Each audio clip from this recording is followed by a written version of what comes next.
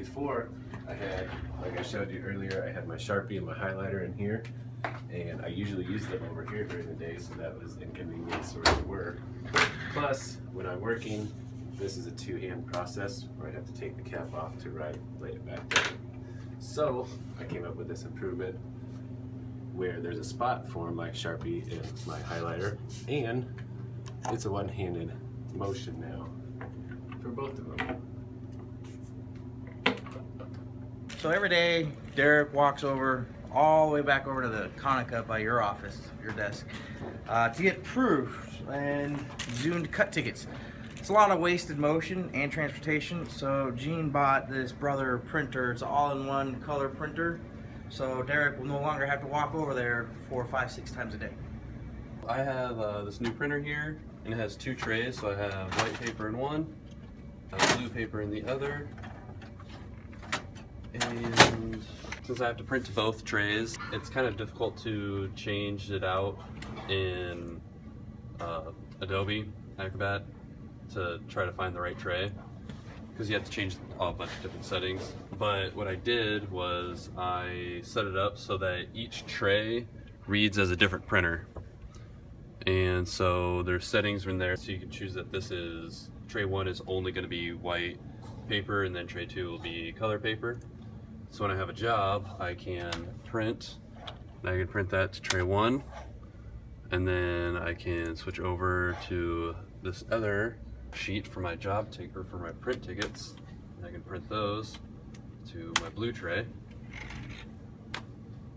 and they should pop out up here.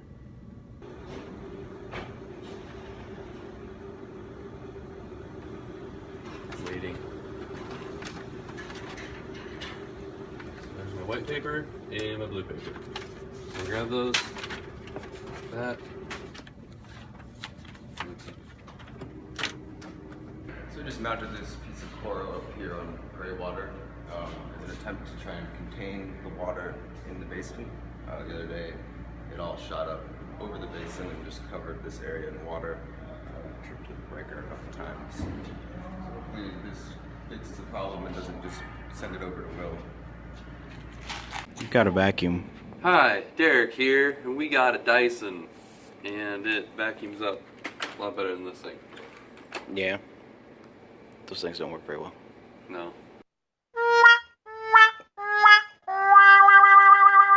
So what are you going to do with this Dyson? Well, it'll vacuum up all these little bits that we got sprinkled around, so you can kind of see some back there. Oh, yeah, I mean, that's what a vacuum does. Yeah. Our other vacuums get burned up, but this one shouldn't get burned up. So are by you all the little bits. looking for a place to store it? Yeah. Maybe the wall there? I don't know. Yeah, there's a charging thing, so it looks like it can be mounted to a wall, so I'm going to see if I can't put it on the wall. So I got the charging station and wall mount all mounted up to the wall, so it's got a nice home and it's kind of off the floor. This one is obsolete now.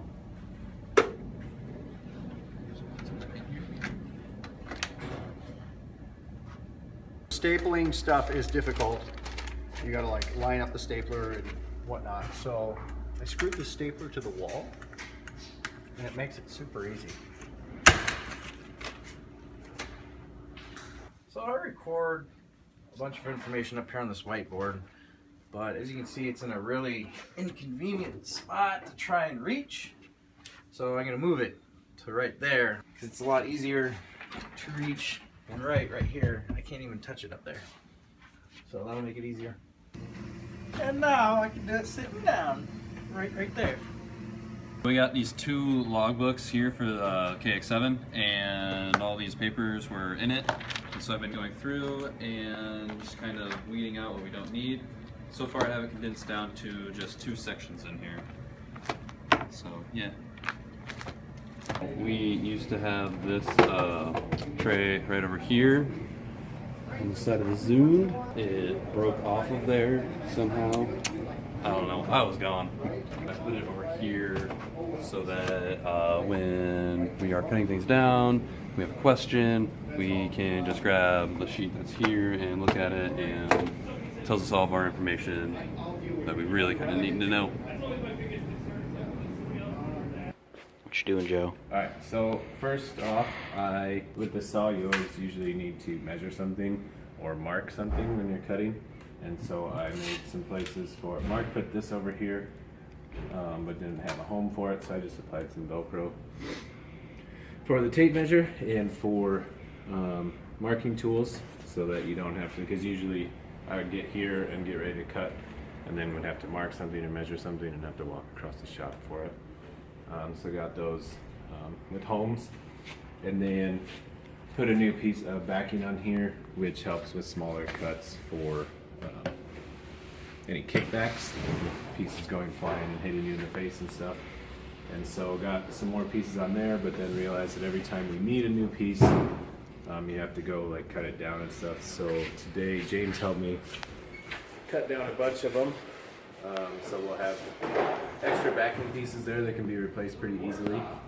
And I'm mounting a screw back here to hang them on, so they're right by the saw, and just drilling a hole in them to hang onto there. I made a new material chart because we have a lot of new materials we added. Coaster paper, roll vinyl, gator plast, we're doing a lot more of Alumicore. So I added those 5, and we've changed some of the measurements just to bring it a little bit closer to print. And I color coded these because these are all kind of the same material, just varying thickness. So as a quick reference, you can just, oh, it's styrene, it's blue. But I think it's easier to follow. It's a lot bigger, a lot larger. To my knowledge, this cabinet's never been cleaned, not since I've worked here.